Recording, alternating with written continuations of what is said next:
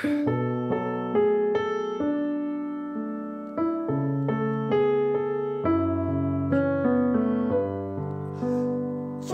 wawawin.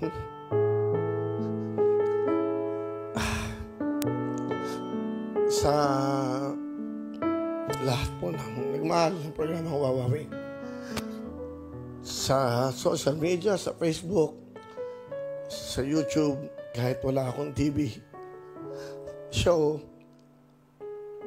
16,940,367 sa Facebook. Sa YouTube po, nasa 7,848,781. Nung nawala ho ako sa GMA, nawala ako sa All TV, ni isa ho na Facebook followers at sa subscriber ng YouTube, wala pong umalis.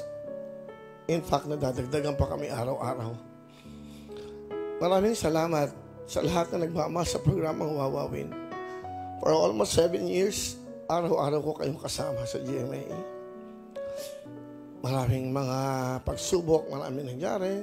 May luha ng kaligayahan, may luha ng hinagpis na araw-araw ko nararamdaman nyo. Sorry ho, naging emotional ako dahil mawawala na ho kasi si Wawawin. Magpapaalam na po ang programang Wawawin. For 6.5 years na sinamahan nyo ako araw-araw doon sa Biyernes. Sa GMA po yan.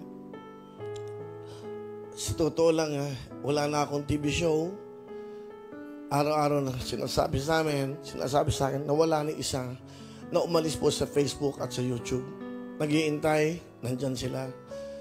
And of course, I'd just like to thank Mr. Gosson, Attorney Gosson, Miss Annette, Mr. Duabit, dahil hindi nyo pinagkait sa akin yon.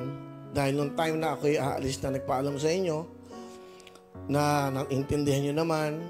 In fact, para malaman nyo, meron akong kontrata, renewal sa GMA. Kaya lang, nagdesisyon ako sa buhay ko na isang bagay na ganun talaga ang buhay. Marami ka nadidinig na kung ano-ano, laos ka na, di ba, wala ka na, mayabang ka, arrogante ka, ganun. Hindi nyo alam kung ano pinagdaanan ko sa programang Wawawin. Pero, ganun pa man, ang importante, maraming salamat sa lahat na nagmahal, sa lahat ng mga taong pumunta sa studio, sa mga taong pinagdasal ako, programa para magtagal, na sa may magandang ratings. Maraming salamat po sa inyong lahat.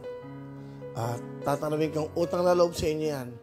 Dahil yung Wawawin po, malaking bagay po sa buhay ko yan. Maraming salamat po.